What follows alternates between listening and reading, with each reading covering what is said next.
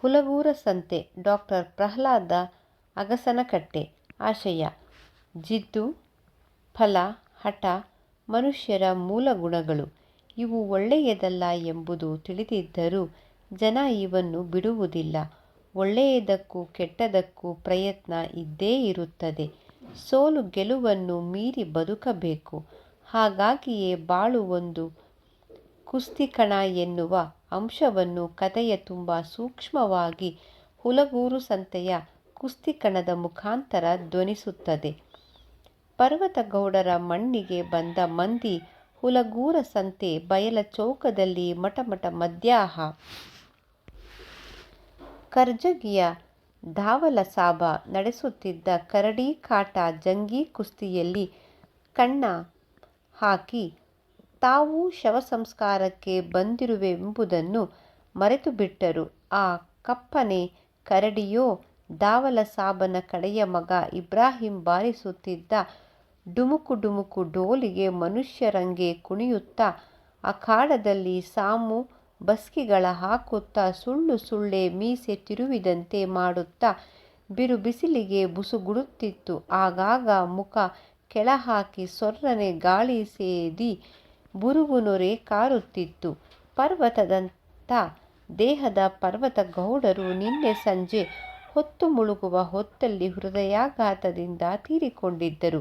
ಬೆಳಗಾಗುವ ಹೊತ್ತಿಗೆ ಈ ಸುದ್ದಿ ಕಾಳ್ಗಿಚ್ಚಿನಂತೆ ಸುತ್ತೆಂಟು ಹಳ್ಳಿಗಳಿಗೆ ಹರಡಿ ಮಂದಿ ಸಿಕ್ಕ ಬಸ್ಸು, ಟೆಂಪೋ, ಟ್ರಾಕ್ಟರ್, ಬೈಕುಗಳ ಏರಿ ಹುಲಗೂರ ಕಡೆ ಮುಖ ಹಾಕಿ ಬರುತ್ತಲಿದ್ದರು. ಗೌಡರ ಶಿಗ್ಗಾಂವ ತಾಲೂಕಿನ ಪ್ರಸಿದ್ಧ ಧುರೀಣರು. ಒಮ್ಮೆ ಆ ತಾಲೂಕಿನ ಪಂಚಾಯಿತಿ ಅಧ್ಯಕ್ಷರಾದವರು. ಜನಾನುರಾಗಿಗಳೂ ಪರೋಪಕಾರಿಗಳೂ ಆಗಿದ್ದವರು. ಯಾವುದೇ ಊರಲ್ಲಿ ನಡೆಯುವ ಯಾವುದೇ ಜಗಳ, ಮದುವೆ, ಮುರುಗಡೆ, ಕೋರ್ಟು ಕಚೇರಿ, ಕಾರ್ಯ, ಕಟ್ಲೆ ಎಲ್ಲ ಗೌಡರ ಕಣ್ಗಾವಲಲ್ಲಿ ಜರುಗುತ್ತಿದ್ದುವು. ಇಷ್ಟೊಂದು ಲೋಕಪ್ರಸಿದ್ಧರಾಗಿದ್ದರೂ ಗೌಡರಿಗೆ ಗಂಡು ಸಂತಾನವಿರದೆ ಇದ್ದ 3 ಹೆಣ್ಣು ಮಕ್ಕಳನ್ನು ತಮ್ಮ ಊರಿನ ಆಸುಪಾಸು ಇರುವ ಮತ್ತಿಗಟ್ಟಿ, ಕೂಬಿಹಾಳ, ಇಂಗಳಗಿಯ ಗೌಡರ ಮನೆತನಗಳಿಗೆ ಕೊಟ್ಟಿದ್ದರು. ಆ ಹೆಣ್ಣು ಮಕ್ಕಳ ಬಾಳೇನೂ ಸುಖಕರವಾಗಿರಲಿಲ್ಲ. ಮದುವೆಯಾದ ಹೊಸತರಲ್ಲಿ ಉತ್ಸಾಹದಿಂದ ಉಯ್ಯಾಲೆಯಾಡುತ್ತಿದ್ದ ಅಳಿಯಂದಿರು ಕಾಲಕ್ರಮೇಣ ಕೈಮುಟ್ಟಿ ದುಡಿಯದೆ ಕೈಗೆ ಬಂದ ಆಸ್ತಿಯ ಕರಗಿಸುತ್ತಾ ದಿನದಿನಕ್ಕೂ ದರಿದ್ರರಾಗಿ ಮಾವನ ಆಸ್ತಿಗೆ ಜೋತುಬಿದ್ದರು. ತಮ್ಮ ಹೆಂಡಂದಿರನ್ನು ವಿನಾಕಾರಣ ಬೈದು ಒದ್ದು ತವರು ಮನೆಗೆ ಅಟ್ಟಿ ರೊಕ್ಕ ವಸೂಲಿ ಮಾಡಿಕೊಂಡು ಬರಲು ಓಡಿಸುತ್ತಿದ್ದರು. ಇದು ಹೀಗೆ ಆಗಿ ಆಗಿ ಈ ಹೆಣ್ಣು ಮಕ್ಕಳು ಗಂಡನ ಮನೆಗಿಂತ ತವರು ಮನೆಯಲ್ಲಿಯೇ ಕಾಯಂ ಆಗಿ ಇರುವ ಹೊತ್ತು ಬಂತು. ಹೆಣ್ಮಕ್ಕಳ ಮುಖ ನೋಡಿ ಕರುಳು ತಡೆಯದೆ ಗೌಡರು ಅವರುಗಳಿಗೆ ಕೊಡುತ್ತಿದ್ದ ರೊಕ್ಕ ಕ್ಷಣ ಮಾತ್ರದಲ್ಲಿ ಅಳಿಯಂದಿರ ಕಿಸೆ ಸೇರಿ ಅದನ್ನು ಅವರು 4 ದಿನಗಳಲ್ಲಿ ಹುಬ್ಬಳ್ಳಿಯ ಕಮರಿಪೇಟೆಯ ಕೊಳಕು ಲಾಡ್ಜುಗಳಲ್ಲಿ ಕರಗಿಸುತ್ತಿದ್ದರು. ಇಂಗಳಗಿಯ ಕೊನೆಯ ಅಳಿಯ ನಿಂಗನಗೌಡನ ಚಟಗಳಂತೂ ಲೋಕವಿಖ್ಯಾತವಾಗಿ ಅವನ ಹೆಸರು ಎತ್ತಿದರೆ ಪರ್ವತಗೌಡರಿಗೆ ಕೆಂಡಾಮಂಡಲ ಸಿಟ್ಟು ಉಕ್ಕುತ್ತಿತ್ತು. ಪರ್ವತಗೌಡರ ಶವದ ಮುಂದೆ ಆ 3 ಹೆಣ್ಣು ಮಕ್ಕಳು ಕುಂತು ಆ ಶವದೊಟ್ಟಿಗೆ ತಾವು ಹೋಗುವ ಹಾಗೆ "ಯಪ್ಪಾ ನಡು ನೀರಾಗ ನಿಮ್ಮನ್ನ ಕೈ ಬಿಟ್ಟು ಹೋದ್ಯಲ್ಲೋ". ಆ 3 ಹೆಣ್ಣು ಮಕ್ಕಳು ಕುರಿತು ಆ ಶವದೊಟ್ಟಿಗೆ ತಾವು ಹೋಗುವ ಹಾಗೆ "ಯಪ್ಪಾ ನಡು ನೀರಾಗ ನಮ್ಮನ್ನ ಕೈ ಬಿಟ್ಟು ಹೋದೆಲ್ಲೋ. ಹೊರಗ ಬಂದ್ರ ನನ್ನ ಹೆಣ್ಣ ಮಕ್ಕಳು ಅಂತಿದ್ದೆ, ಒಳಗ ಬಂದ್ರ ನನ್ನ ಹೆಣ್ಣ ಮಕ್ಕಳು ಅಂತಿದ್ದೆ. ನಮ್ಮ ಚಿಂತ್ಯಾಗ ನೀ ಸತಿಯಲ್ಲೋ ಯಪ್ಪಾ. ಕುಂತಾಗ ಮನಿ ಬರಿದು ಮಾಡಿ ಹ್ವಾದಲ್ಲೋ. ಮನಿ ಕಳಸ ಮುರಿದು ಬಿತ್ತಲ್ಲೋ. ನಮ್ಗ ಇನ್ನಾರು ದಿಕ್ಕಪ್ಪಾ" ಎಂದು ಪ್ರಲಾಪಿಸುತ್ತಿದ್ದರು. ಪರ್ವತಗೌಡರ ಶವವನ್ನು ಪಡಸಾಲೆಯ ಸಾಗುವಾನಿ ಮಂಚದ ಮೇಲೆ ಮೈ ತೊಳೆದು ಗೋಡೆಗಾನಸಿ ಕೂರಿಸಿದ್ದರು. ಬಿಳಿ ಅಂಗಿ, ಬಿಳಿ ದೋತರ, ಬಿಳಿ ಪೇಟ, ಕಣ್ಣಿಗೆ ಚಾಳೀಸು, ಹಣೆಯಲ್ಲಿ ಎದ್ದು ಕಾಣುವ 3 ವಿಭೂತಿ ಪಟ್ಟಿ ನೋಡಿದರೆ ಗೌಡರು ಯಾವುದೋ ಸಮಾರಂಭದ ಅಧ್ಯಕ್ಷತೆ ವಹಿಸಿದ್ದಾರೋ ಅನ್ನುವಂತೆ ಕಾಣುತ್ತಿದ್ದರು. ಗೌಡರ ಅಂತಿಮ ದರ್ಶನಕ್ಕೆ ಬಂದ ಮಂದಿ ತಂದು ರಾಶಿ ಹಾಕಿದ್ದ ಮಾಲಿ, ತೆಂಗಿನಕಾಯಿ, ವಿಭೂತಿ, ಊದಿನ ಕಡ್ಡಿ, ಕರ್ಪೂರ, ಬಿಲ್ವಪತ್ರೆ, ಗಂಧ, ಪರಿಮಳ, ಅತ್ತರು ಎಲ್ಲ ಪಡಸಾಲೆಯ ತುಂಬಿಕೊಂಡು ಅಲ್ಲಿ ನೆರೆದ ಮಂದಿಯ ಬಿಸಿ ಉಸಿರು, ಉಮ್ಮಳಿಕೆ, ಅಳು, ಆಲಾಪ ಇತ್ಯಾದಿಗಳು ಅಲ್ಲಿ ಸೇರಿಕೊಂಡು ವಿಚಿತ್ರವಾದ ಸಂಕಟವು ತನ್ನಿಂದ ತಾನೇ ಅಲ್ಲಿಂದ ಎದ್ದು ಅಂಗಳಕ್ಕೆ ಬರುತ್ತಿತ್ತು. ಏಯ್ ಈಟು ಗಡಾನ ಎಲ್ಲಿ ಎತ್ತಾರಪ್ಪ ಹೆಣಾನ? ಇನ್ನು ಬರೋ ಮಂದಿ ರಗಡ ಐತಿ, ಏನ್ ಗೌಡರ ಗಡ್ಡಿ ಸೆಣದ?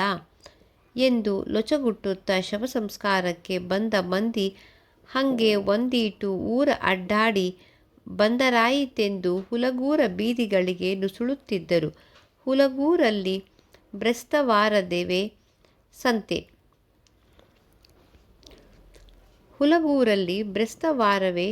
ಸಂತೆ. ಶಿಂಗಾವ, ಸವಣೂರು, ಬ್ಯಾಡಗಿ, ಹುಬ್ಬಳ್ಳಿಯಿಂದ ಬಂದು ಸಂತೆಯಲ್ಲಿ ಡೇರೆ ಹೊಡೆಯುವ ಸಕ್ಕೆಲಗಾರರು,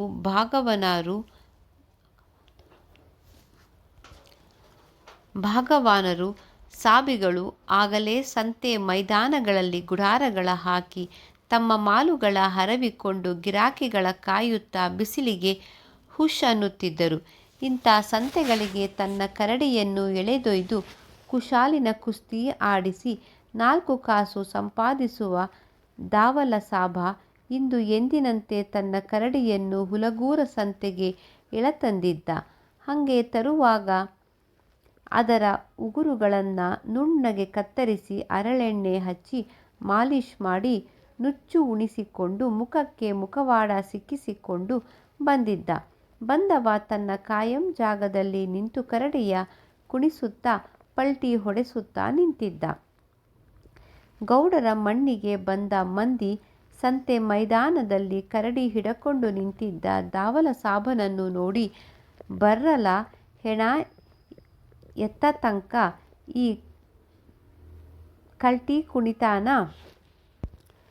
ಕಳ್ಳಿ ಕುಣಿತಾನಾರ ನೋಡೋಣ ಎಂದು ಅಲ್ಲಿ ನಿಂತುಕೊಂಡರು. ಏಯ್ ಅಲ್ಲಿ ಮದಾತ್ ಕರ್ಜಗಿಯ ದಾವಲಸಾಬನ ಖಾಸಾ ಶಿಷ್ಯ ಈ ಕರಡಿ ಹನುಮಾನ ಜಂಗಿ ಕುಸ್ತಿ ಶುರುವಾಗತೈತಿ. ಇವ್ನ ಕೂಡ ಕುಸ್ತಿ ಹಿಡಿಯೋ ಪೈಲ್ವಾನ.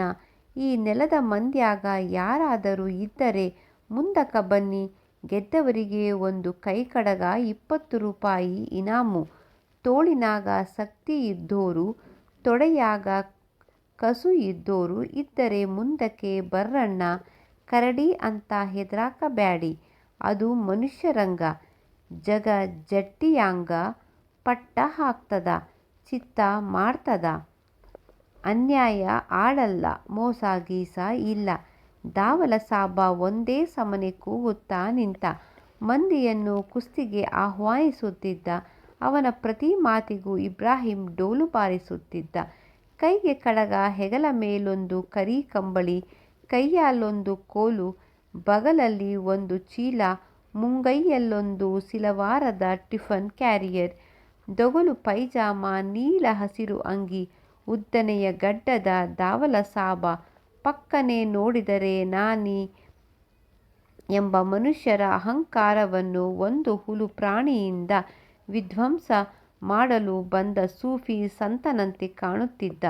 ಗೌಡರ ದರ್ಶನಕ್ಕೆ ಮಂದಿ ಬರುವುದು ಇನ್ನೂ ನಿಂತಿರಲಿಲ್ಲ. ಸಂತೆಗೆ ಬಂದವರು ಗೌಡರ ದರ್ಶನಕ್ಕೆ ಬರುತ್ತಿದ್ದಾರೋ, ಗೌಡರ ದರ್ಶನಕ್ಕೆ ಬಂದವರು ಸಂತೆಗೆ ನುಗ್ಗುತ್ತಿದ್ದಾರೋ, ಅಥವಾ ಎರಡನ್ನೂ ಒಟ್ಟಿಗೆ ಮಾಡಿದರಾಯಿತು ಎಂದು ಮಂದಿ ಬರುತ್ತಿದ್ದಾರೋ, ಹುಲಗೂರಿನ ತುಂಬ ಜನ ಕಿಕ್ಕಿರಿದು ತುಂಬಿದರು. ಗುಡಿಯ ಪೌಳಿ, ಮಂದಿ ಮನೆಯ ಹಜಾರ, ಊರ ಮುಂದಿನ ಬೇವಿನ ಕಟ್ಟೆ, ಪಂಚಾಯಿತಿ ಕಚೇರಿಯ ಆವರಣ, ಜನ ಎಲ್ಲಂದರಲ್ಲೇ ಹಂಗ ಅಡ್ಡಾಗೆ ಮಾತಿಗೆ ಗೌಡರ ಬದುಕನ್ನೇ ತಕ್ಕೊಂಡು ಗೌಡರದು ಸುಖದ ಸಾವಪ್ಪ, ಒಬ್ಬರತಾಗ ಒಬ್ಬರ ತಾಗ ತೋಳ್ಸಿಗಳಲಿಲ್ಲ, ಒಬ್ಬರ ತಾಗ ಬೊಳ್ಸಿಗಳಲಿಲ್ಲ. ಗೌಡರದು ಸುಖದ ಸಾವಪ್ಪ. ಒಬ್ಬರ ತಾಗ ತೋಳ್ಸಿಗಳಲಿಲ್ಲ, ಒಬ್ಬರ ತಾಗ ಬೋಳ್ಸಿಗಳಲಿಲ್ಲ.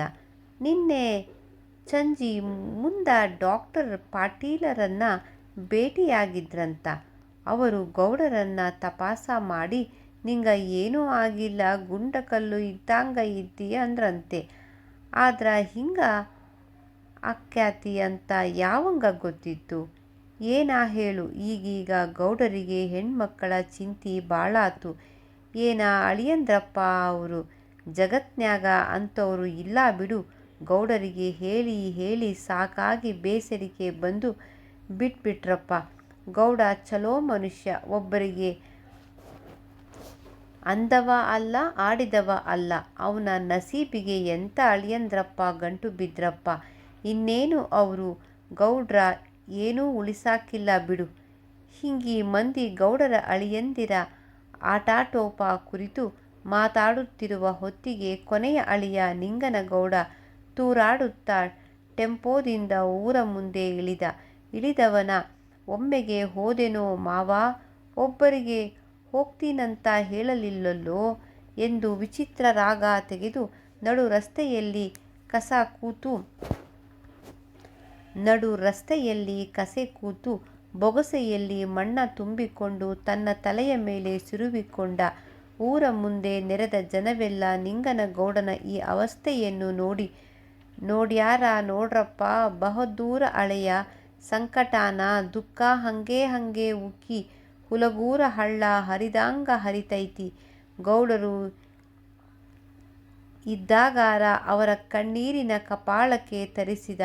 ಈಗ ನೋಡು ಹೆಂಗ ಸೋಗು ತಗೀತವನೆ ಅಂದು ಕೊಕ್ಕಾಡಿಸಿ ನಕ್ಕರು. ಸಂತೆಗೆಂದು ಬಂದ ಅತ್ತಿಗೇರಿಯ ಹುಡುಗ ಮೂಲಿಮನಿಯ ರಾಮಣ್ಣ ಕರಡಿ ಕುಸ್ತಿ ನೋಡುವ ಕುತೂಹಲ ತಡೆಯಲಾರದೆ ಅಲ್ಲಿ ನೆರೆದ ಗುಂಪು ಸೇರಿಕೊಂಡ. ಅವನು ತನ್ನೂರಿನ ಗರಡಿ ಮನೆಯಲ್ಲಿ ಒಂದಿಷ್ಟು ತಾಲೀಮು ಮಾಡಿದವ. ಡಾವು, ಪೇಚು, ಕುಸ್ತಿಯ ಕೆಲ ತಂತ್ರಗಳನ್ನ ಅಭ್ಯಾಸ ಮಾಡಿದವ. ದಾವಲ ಸಾಬ ಆಹ್ವಾನ ಕೇಳಿ ಯಾರೂ ಮುಂದೆ ಬರದೆ ಹೋದದ್ದನ್ನ ನೋಡಿ ಅವನ ಕುಸ್ತಿಯ ಮನಸ್ಸಿಗೆ ತಡೆಯಲಾಗಲಿಲ್ಲ. ಅಖಾಡಕ್ಕಿಳಿದೇ ಬಿಟ್ಟ. ಜನವೆಲ್ಲ ಉಗೇ ಉಗೇ ಎಂದು ಕೇಕೆ ಹಾಕಿತು. ರಾಮಣ್ಣ ಅಖಾಡಕ್ಕೆ ಬಂದ.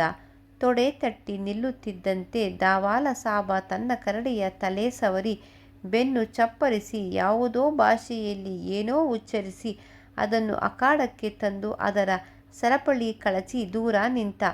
ಗುರು ಅನ್ನುತ್ತಾ ಆ ಕಪ್ಪನೆಯ ಕರಡಿ ತನ್ನ ಪಂಜದಿಂದ ಹಿಡಿ ಮಣ್ಣು ಎತ್ತಿ ರಾಮಣ್ಣನ ಕಡೆ ಚಾಚಿತು. ರಾಮಣ್ಣನು ಹಿಡಿ ಮಣ್ಣನ್ನು ಎತ್ತಿ ಅದರ ಪಂಜಕ್ಕಿಕ್ಕಿ ಸೆಡ್ಡು ಹೊಡೆದ ಕರಡಿ ಈಗ ತನ್ನ 2 ಹಿಂಗಾಲುಗಳ ಮೇಲೆ ಎದ್ದು ನಿಂತಿತು.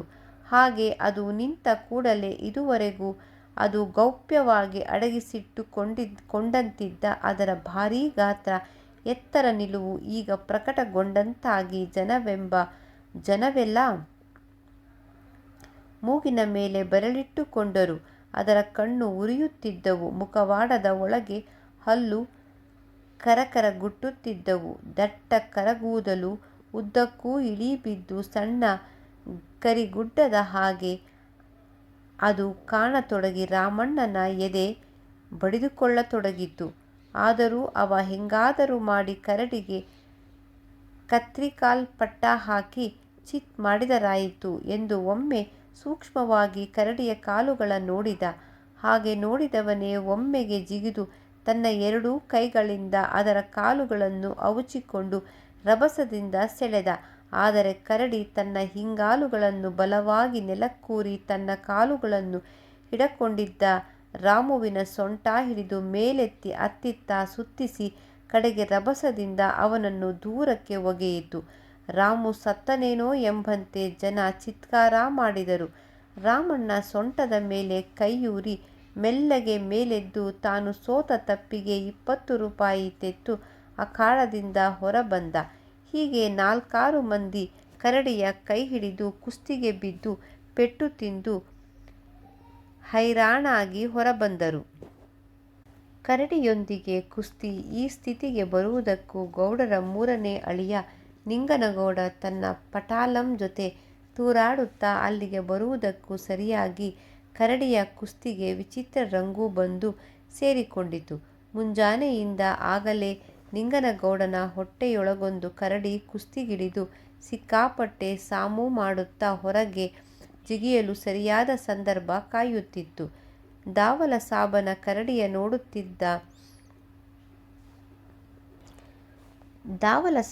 ಕರಡಿಯ ನೋಡುತ್ತಿದ್ದಂಕಲೇ ನಿಂಗನಗೌಡ ಗುರ್ ಎಂದು, "ಏ ಸಾಬಿ, ಇದೇನು ಕರೇ ಕರಡಿನೋ? ಕರಡಿ ವೇಷದಾಗ ಯಾವನಾರ ಒಳಗೆ ಕುಂತು ಕುಸ್ತಿ ಆಡ್ತಾವನೋ? ಕರೇವಾ ಹೇಳಮತ್ತ, ನಿನ ಲಂಗಟ ಕಿತ್ತಕ್ಕೇನು" ಎಂದು ಒದರಾಡಿದ.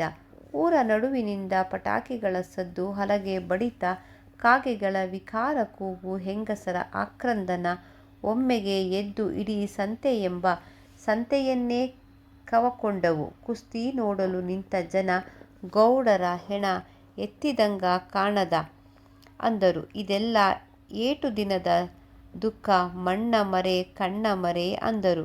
ಇಡೀ ಸಂತೆಯೆಂಬ ಸಂತೆಯೇ ಈ ಸಾವಿನ ಸೂತಕದಿಂದ ಕಿಂಚಿತ್ ಕೂಡ ತನ್ನ ಉನ್ಮಾದವನ್ನು ಕಡಿಮೆ ಮಾಡಿಕೊಳ್ಳದ ಹಾಗೆ ಕಲಕಲ ಅನ್ನುತ್ತಿತ್ತು. ಜನ ಬರುತ್ತಿದ್ದರು, ಹೋಗುತ್ತಿದ್ದರು. ಆಗಮನ ನಿರ್ಗಮನಗಳ ಸೂಚಿಸುವ ಯಾವ ಬಾಗಿಲುಗಳೂ ಇರದ ಈ ಸಂತೆಯೆಂಬ ಮಾಯಾಲೋಕಕ್ಕೆ ಬಂದವರು ಯಾರ ಜೊತೆಗೂ ಒಂದು ಕ್ಷಣ ಪ್ರೀತಿಯಿಂದ ಮಾತಾಡಿ ನಗುತ್ತಿದ್ದರೆ ಮರುಕ್ಷಣ ಮತ್ತಾರ ಜೊತೆಗೂ ಕಾಲು ಕೆದರಿ ಜಗಳ ತೆಗೆಯುತ್ತಿದ್ದರು.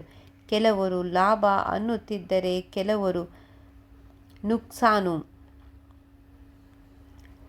ಲುಕ್ಸಾನು ಅನ್ನುತ್ತಿದ್ದರು. ಅರ್ಧ ಕಾಣೆ ಸೋಲದ ಅರ್ಧ ಕಾಣೆ ಗೆಲ್ಲದ ಈ ವ್ಯವಹಾರವನ್ನು ಯಾವುದೋ ಅದೃಶ್ಯ ತಕ್ಕಡಿ ಎಲ್ಲೋ ಕುಂತು ಎಲ್ಲವನ್ನೂ ತೂಗಿ ತೂಗಿ ಒಗೆಯುತ್ತಿತ್ತು. ಕರಡಿ ಕುಸ್ತಿ ಗೆದ್ದವರಿಗೆ 50 ರೂಪಾಯಿ ಇನಾಮು, 1 ಬೆಳ್ಳಿ ಕಡಗ. ಕುಸ್ತಿ ಆಡೋವಂಥ ಸೂರದು ಇದ್ದರೆ ಮುಂದೆ ಬರ್ರಣ್ಣ.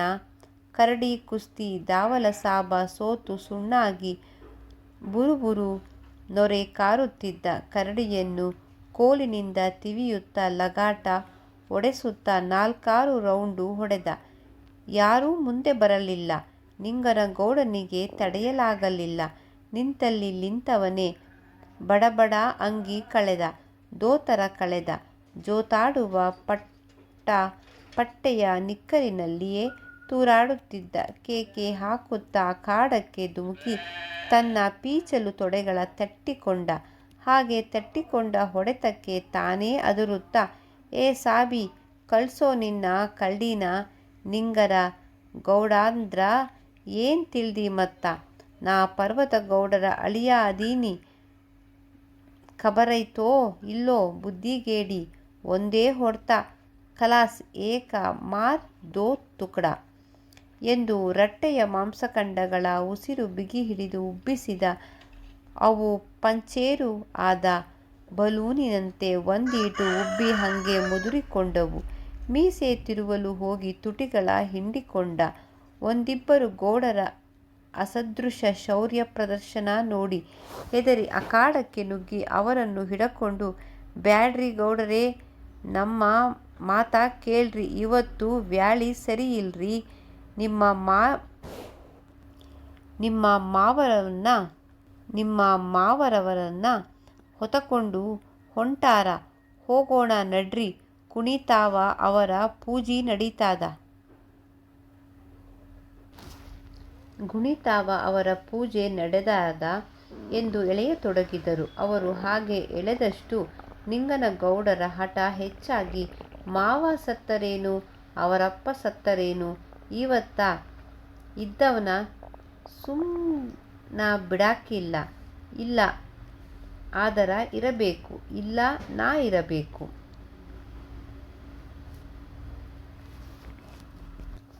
ಇಲ್ಲ ಅದಾರ ಇರಬೇಕು, ಇಲ್ಲ ನಾ ಇರಬೇಕು. ಇದ ಮನುಷ್ಯರ ಮರ್ವಾದಿ ಪ್ರಶ್ನೆ ಐತಿ, ಮಾನವ ಪ್ರಶ್ನ ಐತಿ" ಎಂದವರೇ ಸುಮ್ಮನೆ ಒಂದು ಕಡೆ ಕುಕ್ಕರಗಾಲಲ್ಲಿ ತಲೆ ತಗ್ಗಿಸಿಕೊಂಡು ಗುರ್ ಗುರ್ ಅನ್ನುತ್ತಿದ್ದ ಕರಡಿಯ ಮೈ ಮೇಲೆ ಜಿಗಿದು ಅದರ ಎರಡೂ ಕಿವಿಗಳನ್ನು ಹಿಡಿದು ಜಗ್ಗತೊಡಗಿದರು.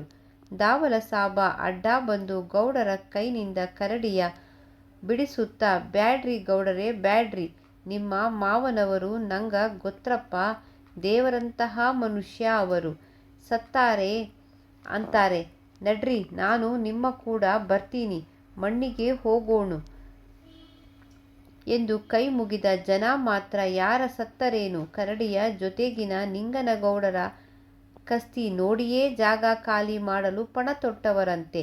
ಹೇ ಮಂದಿ, ಏನ ದಿನ ಸಾಯ್ತಾರ, ಅದ್ನ ತಗೊಂಡು ನಾವೇನು ಮಾಡೋದೈತಿ, ಸತ್ತರ ಕೂಡ ಸಾಯಕಾಕತೇನು, ಬಿಡಬಿಡ್ ಮತ್ತೆ ರೆಕಾರ್ಡೇ ಆಗಿಲ್ಲ, ಅಷ್ಟೊತ್ತಿಂದ ಓದಿದ್ದೀನಿ.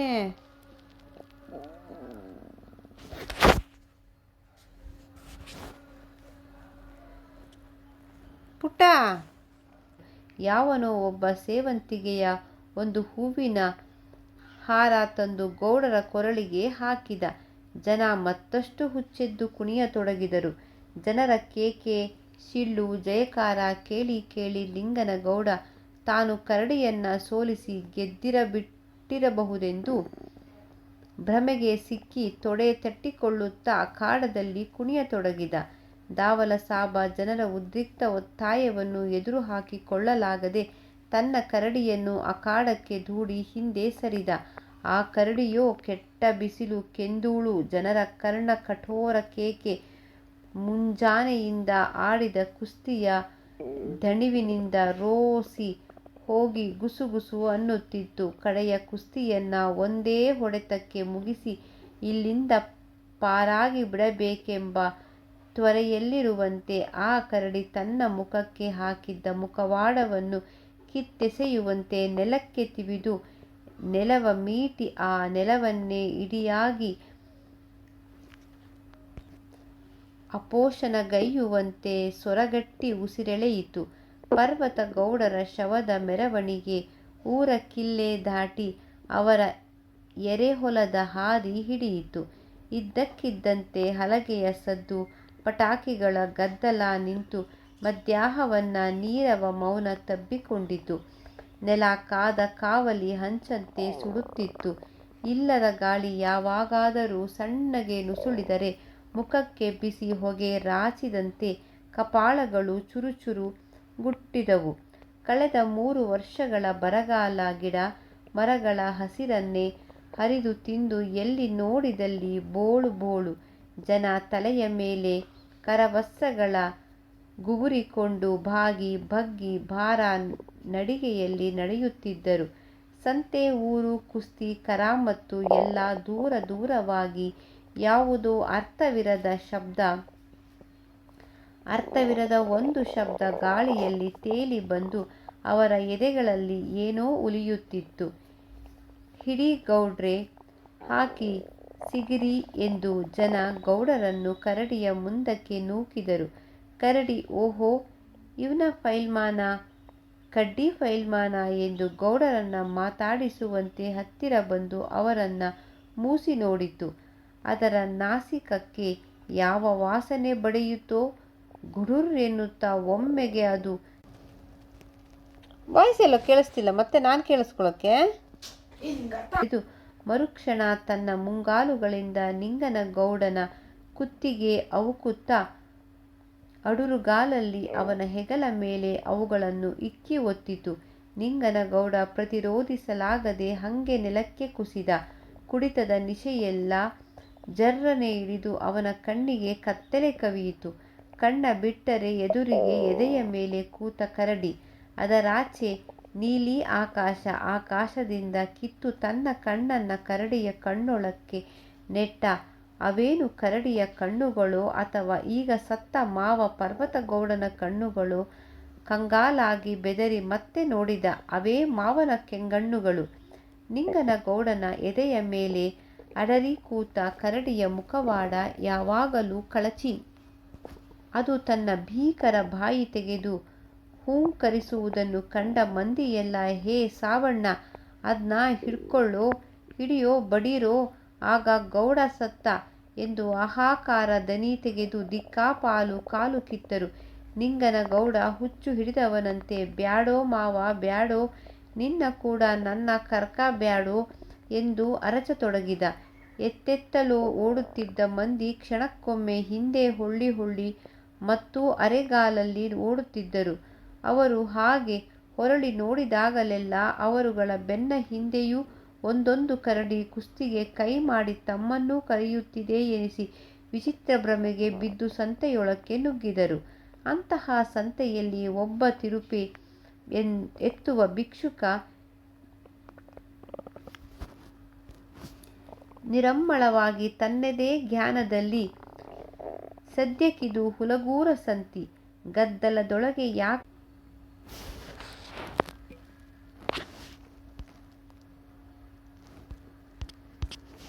ಮುದುಕಿ ಎಂದು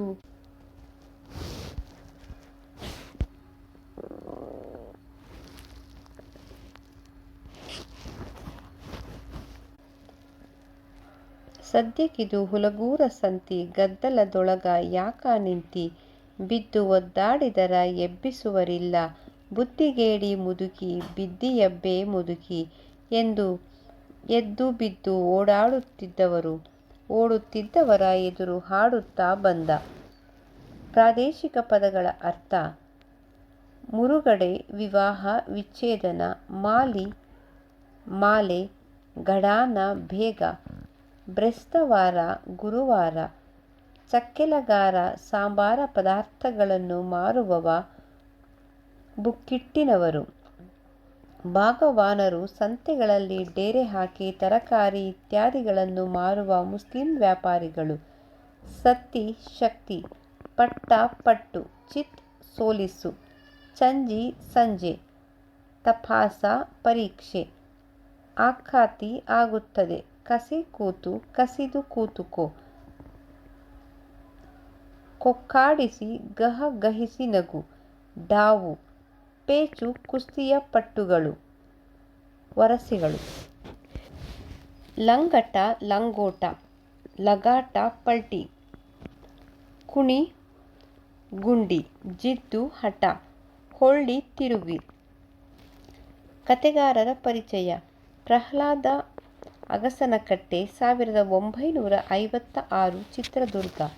ಕತೆಗಾರ: ಕವಿ, ಕಾದಂಬರಿಕಾರ. 5 ಕವನ ಸಂಕಲನಗಳು, 4 ಕಥಾ ಸಂಕಲನಗಳು, 4 ವಿಮರ್ಶಾ ಕೃತಿಗಳು, 1 ಕಾದಂಬರಿ ರಚಿಸಿರುವ ಇವರು ಹಳ್ಳಿ ಸೊಗಡಿನ ಚಿತ್ರಣಕ್ಕೆ ಹೆಸರಾಗಿದ್ದಾರೆ. ಪ್ರಕ್ಷುಬ್ಧದ ಅಲೆಗಳು, ಸಾವಿನೊಳಗಿನ ಸಾವು, ಕಾಲದೇವರ ಸವಾಲ್ ಇವರ ಪ್ರಮುಖ ಕಥಾ ಸಂಕಲನಗಳು. ಪ್ರಶ್ನೆಗಳು: ಪ್ರಶ್ನೆ 1, ಹಳ್ಳಿ ಸಂತೆಯ ಸ್ವರೂಪ ವಿವರಿಸಿ. ಕುಸ್ತಿಗಳು ಹೇಗೆ ನಡೆಯುತ್ತಿದ್ದವು? ಪ್ರಶ್ನೆ 2, ಕುಸ್ತಿಗಳು ಹೇಗೆ ನಡೆಯುತ್ತಿದ್ದವು? ಪ್ರಶ್ನೆ 3, ಕರಡಿ ಜೊತೆಗಿನ ಕುಸ್ತಿ ಚಿತ್ರಣವನ್ನು ಬರೆಯಿರಿ. ಪ್ರಶ್ನೆ 4, ಗೌಡರ ಪಾತ್ರ ಚಿತ್ರಣ ನೀಡಿ.